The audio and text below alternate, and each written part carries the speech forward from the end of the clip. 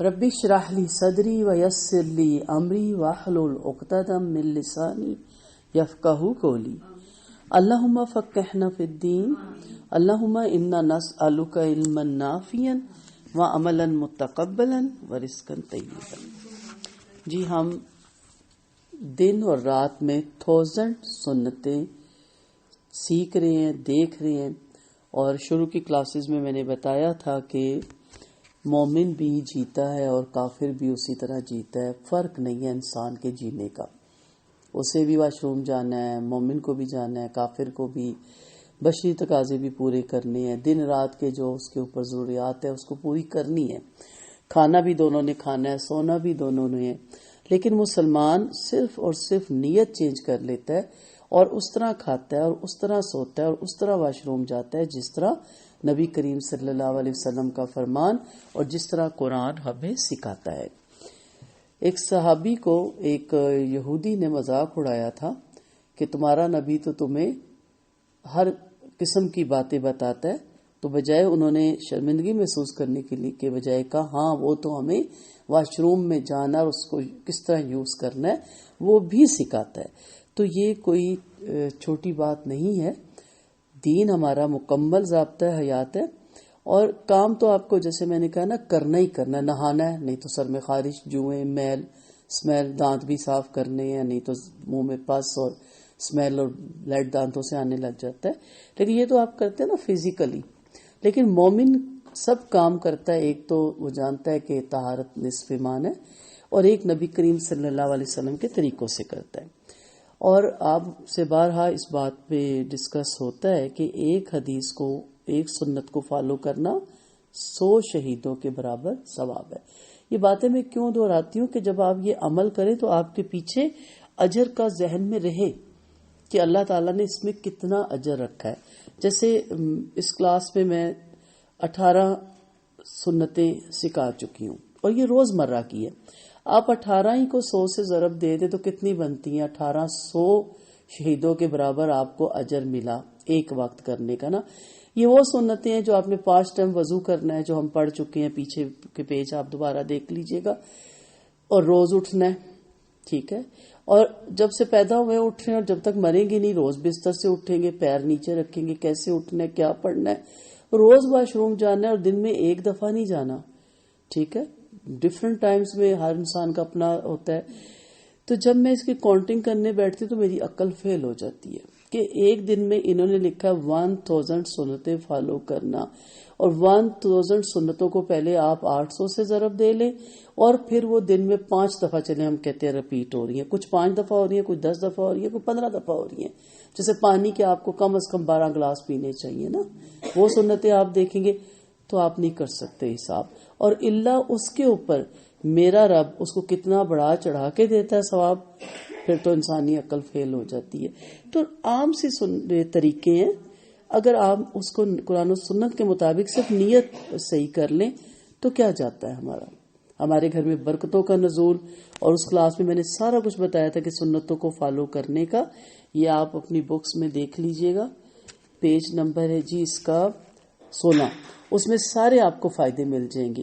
اس کو ضرور دہرائی کیجئے گا، دوبارہ ہر دفعہ دہرائی کیا کریں، اور جن کے پاس میرے پہلے لیکچر ہیں وہ پہلے لیکچر سنا کریں، پھر زندگی گزارنے کا مزہ بھی آتا ہے۔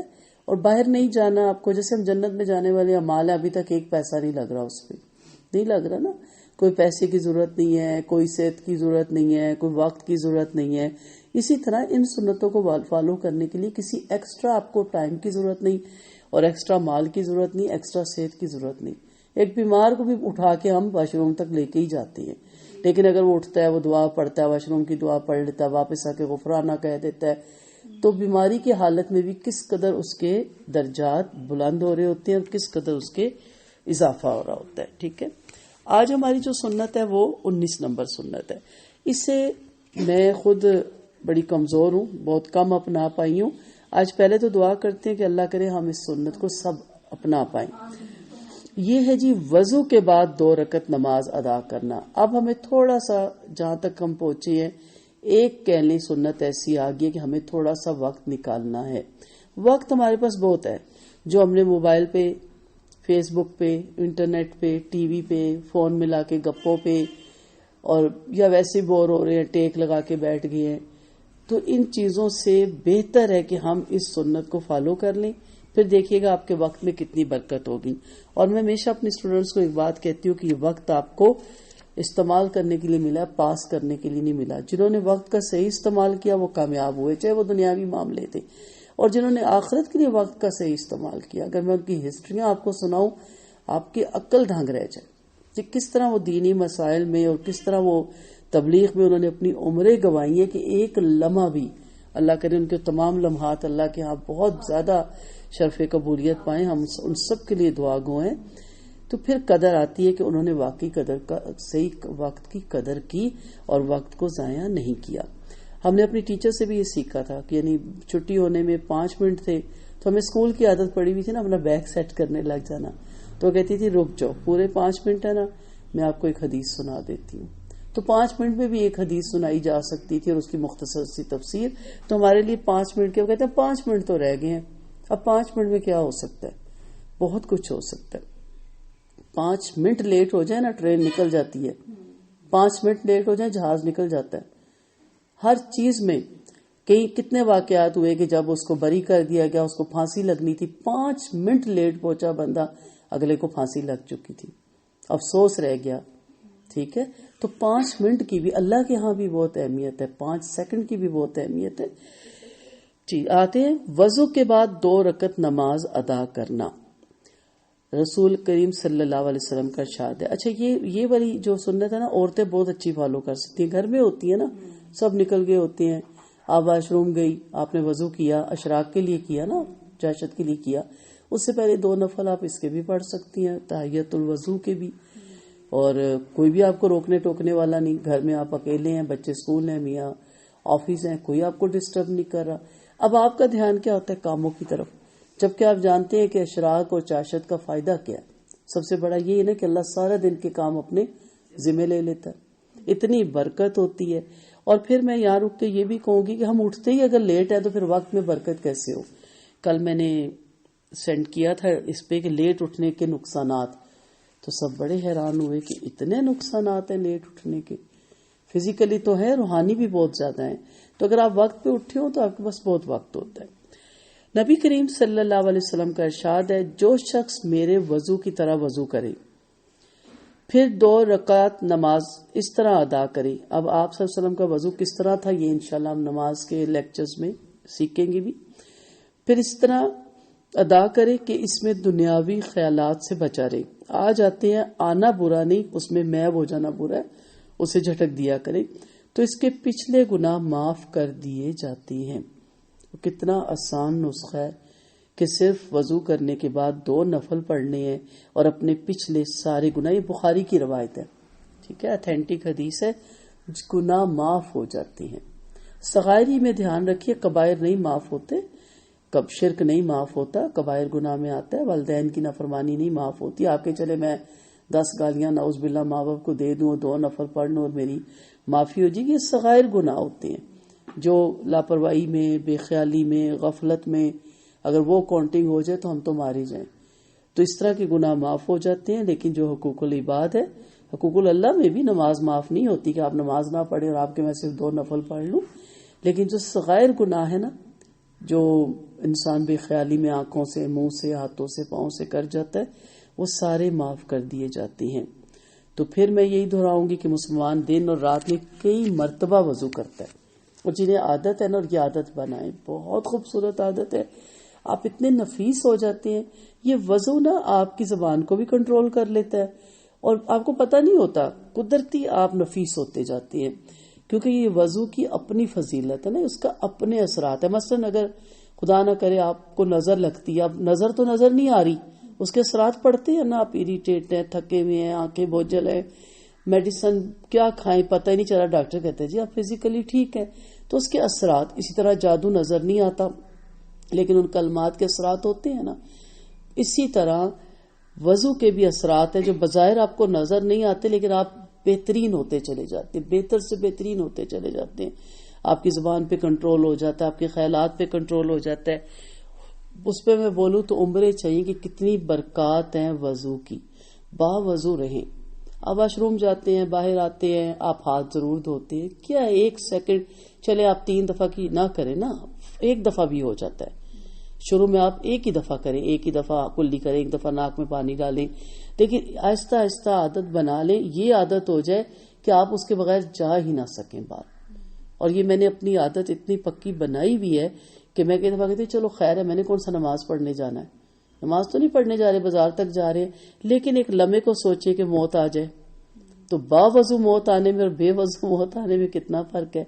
پھر با وضو آپ جاتے ہیں، آپ کی لایانی چیزوں پہ نظر نہیں پڑتی، لایانی کاموں پہ نظر نہیں پڑتی. جب آپ بے وضو ہوتے ہیں تو آپ کے ساتھ شیطان لگا ہوتا ہے اور آپ ہر وقت لایانی چیزوں کی طرف آپ کا دھیان جاتا ہے. ہو سکتا ہے پیسے ہی زیادہ خرچ کروا دے، اسراف ہی کروا دے آپ سے، ہو سکتا ہے کسی دکاندار سے جھگڑا ہی کروا دے، کیونکہ کنٹرول ختم ہو جاتا ہے نا آپ کے اوپر. تو با وضو رہا کریں، یہ بھی کوشش کریں. تو جیسے میں کہہ رہی تھی کہ اگر آپ ہر مرتبہ دن میں کتنی دفعہ واش روم جاتے ہیں یا کتنی دفعہ آپ وضو کرتے ہیں، تو کئی مرتبہ 5 دفعہ تو آپ نے کرنا ہی ہے. اشراق کے لیے بھی اگر آپ کریں تو بھی آپ نے کرنا ہے، اور تہجد کے لیے بھی کرنا ہے. 6 ٹائم تو ویسے ہی ہو جاتا ہے. اور اگر آپ سفر پہ جا رہے ہیں تو آپ حاجت کے نفل پڑھنے ہیں تو آپ کرتی ہیں، یا استخارہ کرنا ہے تو آپ کرتی ہیں. تو اگر ہر مرتبہ وہ ان مذکورہ سنتوں کا خیال رکھے تو یقینی طور پر بہت زیادہ اجر و ثواب حاصل کر سکتا ہے. ان سنتوں کے مطابق وضو کرنے سے کتنا ثواب ملتا ہے، حدیث سے آپ کو 2 سنا دیتی ہوں. پہلی حدیث ہے، جو شخص اچھی طرح وضو کرے اس کے گناہ اس کے جسم سے حتیٰ کہ اس کے ناخنوں کے نیچے سے بھی نکل جاتے ہیں.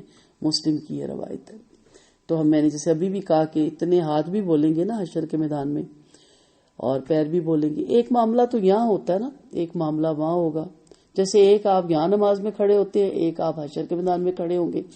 یہاں جو منافقت سے جھکتا ہے اور جو جھکتا ہی نہیں، جب حشر کے میدان میں کھڑے ہوں گے اور جھکنے کے لیے کہا جائے گا تو صرف مومن جھک سکے گا نا. منافق اور کافر کی جو ہے نا اکڑ جائے گی کمر. یہ تو ہم نے حدیثوں میں پڑھا ہوا ہے. اسی طرح یہ معاملے ہمیشہ یہ ذہن میں رکھا کریں کہ میرے ہاتھ پیر بولیں گے، لیکن یہ وضو کرنا اور سنت کے مطابق وضو کرنا اور با وضو رہنا، دنیا میں ہی میرے گناہ جھڑ جائیں گے. تو انشاءاللہ ان کے پاس بولنے کے لیے وہاں کچھ پھر ہوگا ہی نہیں. دوسری حدیث ہے، نبی کریم صلی اللہ علیہ وسلم کا فرمان ہے، تم میں سے جو شخص اچھی طرح وضو کرے پھر 2 رکعت نماز پوری توجہ کے ساتھ ادا کرے تو اس کی مغفرت کر دی جاتی ہے. اللہ تعالیٰ ہم سب کی مغفرت کرے. اور آپ اچھی طرح وہ روایت جانتے ہیں، بار بار دہرانے کا مقصد یاد دہانی کروانا ہوتا ہے کہ نبی کریم صلی اللہ علیہ وسلم کو جب معراج کی رات یا خواب میں آپ نے دیکھا جنت میں کہ آپ سے آگے حضرت بلال کے قدموں کی آواز ہے. یہ نہیں کہ نعوذ باللہ ان کا نبی سے بڑا اعزاز تھا، کیونکہ وہ دنیا میں بھی آپ صلی اللہ علیہ وسلم کے اونٹ کی نکیل پکڑ کے آپ کے آگے آگے چلتے تھے، اور ان کے پیروں کی آواز آپ نے سنی. اور آپ نے پھر حضرت بلال سے پوچھا کہ بلال تمہارا وہ کیا عمل ہے کہ میں نے جنت میں بھی تمہارے قدموں کی آواز اپنے آگے آگے سنی، یعنی جنت میں تم میرے ساتھ ہو اور وہاں بھی میرے آگے آگے ہی چل رہے ہو. تو انہوں نے پھر کہا یا رسول اللہ اور تو ایسی کوئی بات نہیں ہے، عام روٹین ہے. ہاں جب میں وضو کرتا ہوں تو 2 رکعت نفل پڑھ لیتا ہوں. تو وہ اتنی پسندیدہ بات ہوئی کہ آپ صلی اللہ علیہ وسلم نے پھر اس کو کہا اپنی زبان سے بھی کہ وضو کے بعد جو 2 نفل پڑھ لیتا ہے وہ جنت میں لے جانے والے اعمال میں سے ہے اور مغفرت اس سے انسان کی ہو جاتی ہے. اللہ تعالی ہمیں اس کی توفیق دے، اس سنت کو فالو کرنے کی توفیق دے. ظاہر یہ فرائض میں نہیں ہے شامل نا، اور ہمیں باوضو رہنے کی توفیق دے تاکہ اللہ تعالی ہمیں بھی معاف فرما دے اور ہمارے گناہ ہم سے دور فرما دے. وآخر دعوانا ان الحمد للہ رب العالمین. سبحانک اللہم و بحمدک، نشہد ان لا الہ الا انت، نستغفرک و نتوب الیک. السلام علیکم ورحمۃ اللہ وبرکاتہ.